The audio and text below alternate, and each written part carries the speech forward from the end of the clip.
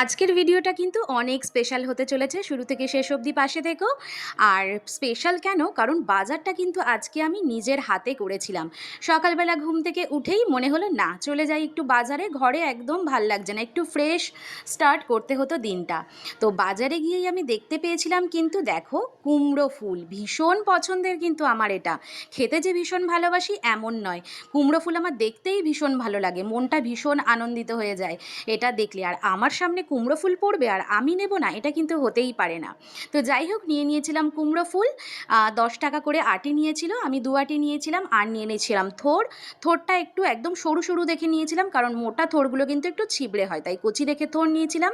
আর এই যে পেঁপে, একদম 25 টাকায় কিন্তু আমি এতগুলো পেঁপে নিয়েছিলাম। আর কুমড়ো ফুলটা বারবার দেখাচ্ছি কারণ ওটাই ছিল আজকের আমার সেরা বাজার। আর এদিকে নিয়েছিলাম একদম টাটকা জ্যান্ত কাতলা মাছ।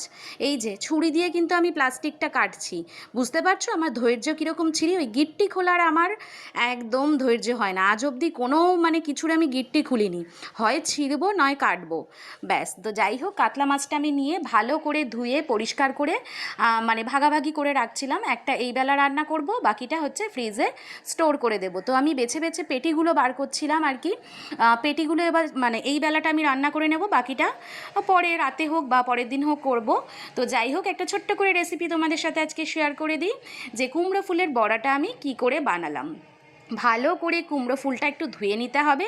আর কুমড়ো ফুলটা কিন্তু একটু আদর যত্ন ভালোবেসে ধুতে হবে, ঠিক আছে, একদম মোলায়েমভাবে ধুতে হবে। কলের জল আর কি ফুল স্পিডে না দিয়ে একটু হালকা হালকাভাবে বা গামলায় আলাদা আলাদা করে জল নিয়ে একটু ভালো করে ধুতে হবে, নাহলে ফুলগুলো কিন্তু একদম নষ্ট হয়ে যাবে, ছিঁড়ে যাবে, ভীষণ নরম তো।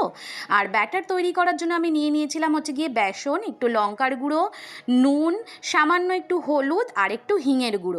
আর হচ্ছে গিয়ে যেটা নিলে সব থেকে ভালো হতো চালের গুঁড়ো, সেটা আমার ঘরে ছিল না, তোমাদের থাকলে অবশ্যই চালের গুঁড়োটা ইউজ করো। শুধু এই বড়া বলে না, যে কোনো বড়াই তোমরা জানোই চালের গুঁড়োতে একটু মচমচে হয়। কড়াইটা হয়ে গেছিলো আমার ছোট, ফুলের ডাঁটিগুলো কিন্তু ছিল না, কি আর করব, লম্বা লম্বা সুন্দর করে আর ভাজতে পারলাম না, ওটাকে আমি একটুখানি ভেঙে আর কি বাকিয়ে দিচ্ছিলাম।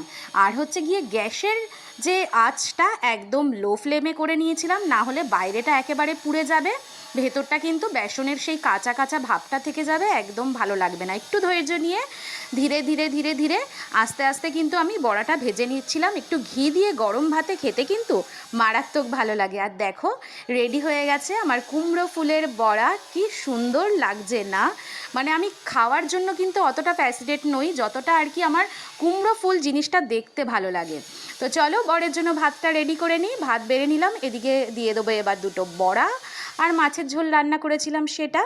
তোমরা অবশ্যই জানিও আজকের আমার বাজারটা তোমাদের কেমন লাগলো, শুরু থেকে শেষ অবধি যারা পাশে ছিলে তাদের জানাই অনেক অনেক ধন্যবাদ। ভিডিওটি যদি ভালো লাগে, আমার পাশে থাকতে চাও, একটু শেয়ার করে দিও।